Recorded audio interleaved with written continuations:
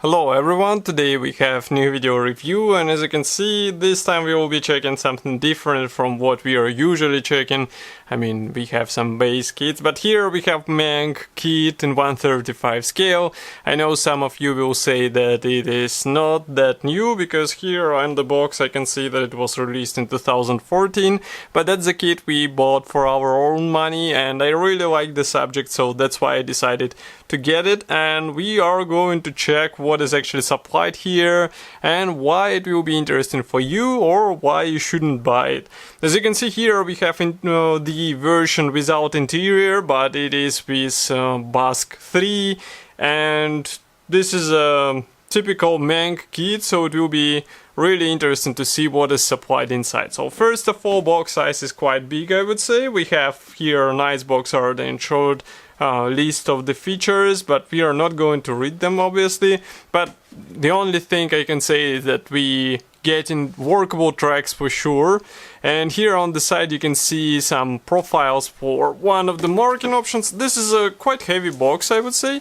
Here you can also see short history note and also some info about the kit. I'm not sure if the parts count is written there. No, I don't see any parts number. And here in the features list I do not see it either, so but I can see that PE parts are included, so let's check what is actually included. This is a top opening box, as you can notice, and we have assembly manual on the top. Then we have all sprues packed into separate plastic bags, so it will be quite a long review because we will have to open them one by one, otherwise it won't be possible to do. So we are going to start with what was on the top. Here it is. So just give me a second, I'll open it and we will take a closer look. In the meantime, let me remind you that you can support us by pressing the special support button on our website. Link will be in the video description, and it is done via PayPal, all the support action, so it should be safe and quick, and of course you will decide how much you will get for new equipment or maybe for new kits to review. So here, I hope you saw that here we have plastic or vinyl polycaps. I guess there is no need to show them, so I will just skip them. We are going to start with this frame, which is dedicated to road wheels. Let's zoom in a bit. Now you should be able to see it. So we have here road wheels. They look really nice. I can see that we also have the torsion bars, and everything looks really good. I mean, suspension parts are placed on thin attachment points, so it should be really easy to separate them. And as far as I understand, these are rubber parts which can be painted separately and then joined together with these wheels. So basically you don't have to cut any masks or something else because of such parts design. And that's really cool because it will make it easier to get a bit more precise paint finish on your model. Next we go on with another thing. Now I just need to find my scissors. So here we are. Again, opening quickly this plastic bag. So here, as you can see, we have external armor panels, and what's really surprising, this is a kit which came out in 2014, but still here we have this armor panels molded as a single piece parts. What's really cool, because you won't have to deal with separate pieces. As you can see, everything is pre-molded. We even have some strength bars inside, which will ensure the proper structure of these parts, and that's really cool in my opinion. It will make it easier to assemble all this stuff, and of course it will make it easier for beginners to work with this kit, because sometimes beginners are really afraid of working with some complex armor kits. This one might be a good exception if they're brave enough to deal with such parts count. And I mean, we do not have any interior here, so it's also quite a good argument for beginners in my opinion. Next we go on with more of the side armor panels and also some of the external elements. Well, obviously we won't have anything for interior here because this kit is supplied without interior. As far as I remember, you can get it separately as a special kit from Meng, also in 1/35 scale. But that's what you get here out of the box. Here it is quite interesting that all these plastic pins are broken off, but they won't be visible because it's the inner side of the vehicle. So no worries, it's just a funny moment which worth noting, because I mean usually in Meng kits you meet such stuff. I'm not sure why it happens. Maybe it is easier to mold such large parts with a lot of plastic pins on them, but it is what it is, so you can't avoid it. Here we go on with hull panels. So I guess the rear section should have the openable doors, but it won't have a lot of effect, I would say, because again I will remind that we do not have any interior here. So yes, you can open it, yes, you can expose what is hidden inside, but you have to get the separate plastic kit, which is sold for separate money, let's say, so you have to pay extra. And in other words, you won't be opening these doors as long as you don't want to spend extra on your build. But even out of the box it should be enough. I'm not sure that many modders would actually plan to do some diorama using the rear doors and placing some figures there. Here we go on with another plastic sprue. This one is dedicated to various minor elements. So here we have some small handles, also towing cable here, and that's really surprising that towing cable is molded out of plastic. Some modders should be happy to see it because it's easier to paint and place. Some modders will replace this section with metal wire. Who knows who will do what? But usually I'm fine with plastic parts, especially here it looks completely good. So it's just a matter of careful painting and weathering and you'll be fine with these parts. Now just give me a second to cut another plastic bag. Meanwhile you can check the sprue which is on the table.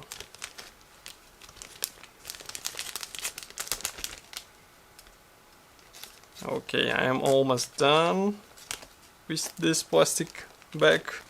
So we go on with the next sprue. Here it is. So here it is difficult not to notice that we have turret parts which are relatively big in comparison with previous elements, and all the hatches obviously are molded separately. I can hope that yes, there should be separately molded periscopes because we have special cutouts, so it should be just a matter of careful installation of these periscopes and maybe masking them on your model, and it will be everything what is needed from you. Let's flip it over. Here you can see parts from the opposite side, and in the meantime I will open the next plastic sprue, so just give me a moment.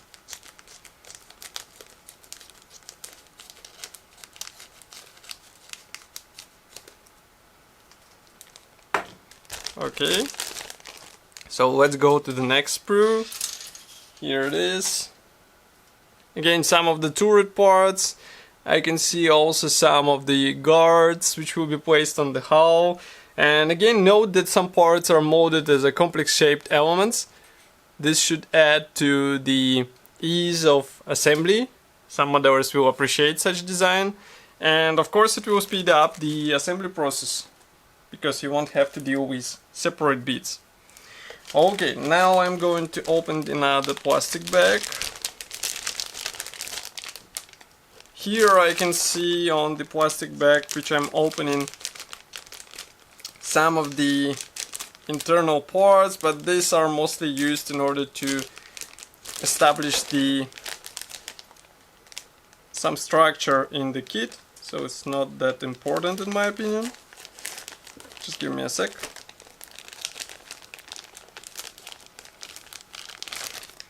Somehow it's really tricky to open these plastic bags because they're slightly bent, so when you're cutting them with scissors it's not that quick operation. So here we have quite funny empty space inside.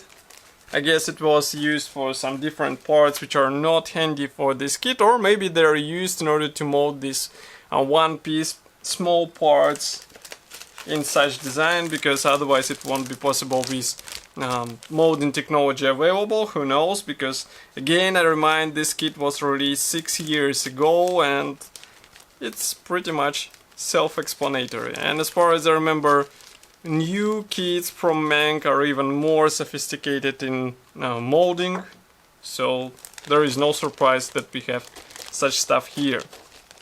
Okay, so now we are going with next plastic sprue. I'm not even sure where these parts will go. I mean, I can see here towing hooks, but that's pretty much all what I can understand. So we will have to check the assembly manual, because otherwise it's a bit tricky to guess what goes where.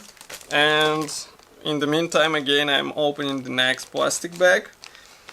And I mean, quite funny thing about Meng kits is that most of the modern US tanks from Meng are molded out of sand-covered plastic. As you remember, they also released Abrams, which we reviewed, and it was also sand-covered. And by the way, I have it half assembled somewhere in my garage, so maybe it might be a good idea to finish that project. Here we go on with another plastic sprue. Actually, that's the last sand-covered plastic sprue, and as you can see, again, we have a lot of hull panels, also armor panels. So all this stuff will go on model, and as far as I remember, Meng is not that generous on some extra parts. So pretty much everything will be used in the build, so don't hope for some spare pieces to go into your collection. Next quite interesting thing is that we have track parts placed like this. I'll bring it closer so that you can understand what I'm talking about. So here we have double connections between links. These are workable tracks, which might be handy for some diorama projects or maybe for something else. But they look really good, and obviously this is better than typical vinyl offering, just like in some other kits on the market. Now I'm opening another plastic bag. I need a second to do this. Okay. So here we have the biggest parts in this kit. That's why I'm going to show them one by one. I'm not even sure what is this, but okay, anyway. Here we have hull part, that's the top panel. And as you can see, here we have just few cutouts for separate panels, but that's pretty much all. Next we go on with metal barrels for grenade launchers, if I'm not wrong, so that's really cool. So Meng decided to supply such stuff here. And one more thing is this special rubber cover, which will be covering the main gun. So as you can see, it is supplied in form of this green element or green thing. Oops, and it flew away. Okay, but I mean, you saw it, so you have to believe me. Just give me a second, I'll show it again. So here it is. Maybe camera will kind enough focus, so now you should be able to see it. That's a rubber part, not a resin, so keep it in mind. And here we also have one piece lower hull part. Here you can see actually some tabs for the interior elements, but they won't be handy here because we do not have any interior parts. And if you flip it over here, you can see everything from the opposite side. I wonder if the real vehicle is plain underside, or maybe not, so feel free to write it in the comments section. Next we have another plastic bag with clear parts, so again, just give me a second.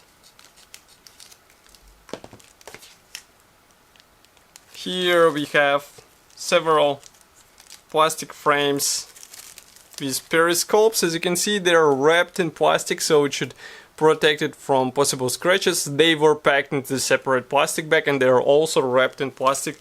That's really cool. And next we go on with this plastic bag. That's a quite tiny plastic bag, so now I just have to understand how to open it, because I guess I can see that there are several plastic bags inside. Okay, so we have two PE threads here.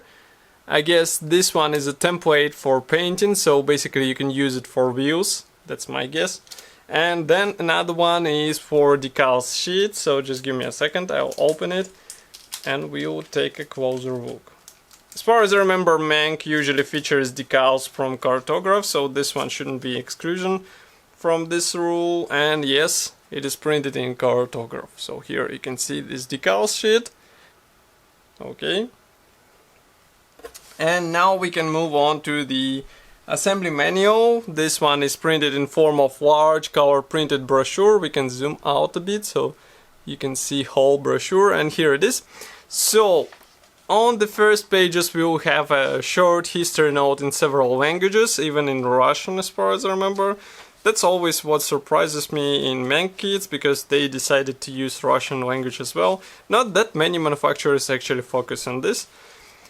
Okay, here we go on with assembly process. So everything starts with road wheels, then we go on with torsion bars, we assemble the lower hull and install all the road wheels into necessary spots. Then we continue with passenger compartment. Here we assemble the hull with these huge panels which will be installed from top and from the rear. Here you can see some Pioneer tools.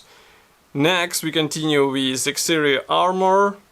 Here we have Glacis armor which is made separately, and then we start working on the driver hatch and driver's vision enhancement assembly. So as far as I remember, it should be built out of separate blocks. Here we go on again with engine compartment, hatch and exterior armor. So as you can see, all these separate panels will have to be installed here and there. Next we go on with passenger compartment, roof hatch assembly, which is quite an interesting process because as you can see a lot of small parts will be involved, so be ready for this. Here we have attaching passenger compartment roof hatch. Next we continue with ramp access, and here you can see what I was talking about. So we have the rear door molded separately. It can be opened, but there is no use in this, and you should assemble tracks out of separate track links as you remember. Next we have rear storage box, another storage box, then they get installed on the rear section. Then we have side skirts, they are assembled just like this. Here we have additional armor modules for the Glacis plate, so all this stuff is placed on the vehicle. Then we start working on the turret. So as you can see, again, a lot of parts to install. This is basically the additional armor modules, also some optical modules. And here, for example, you can see the thermal viewer. It's a CITV assembly. Then we continue with attaching all this stuff on the turret. Here we have anti-tank missiles, which are assembled in small boxy sub-assembly. They also get installed on the turret. And that's pretty much all. So in total we have 42 steps to do. Then we have parts map. And here we have first marking guide, second marking guide. And that's pretty much all. So only 2 marking options. That's really surprising. But as I said, this kit is not that new, so it should be available in pretty much all good model shops. Of course, I will be happy to hear your opinion about this kit here in the comment section below, and I would like to thank you for making it possible to get this kit. It's with your help, with your donations. And of course, I will see you in the next video review as usual. Thank you for joining me today, and bye!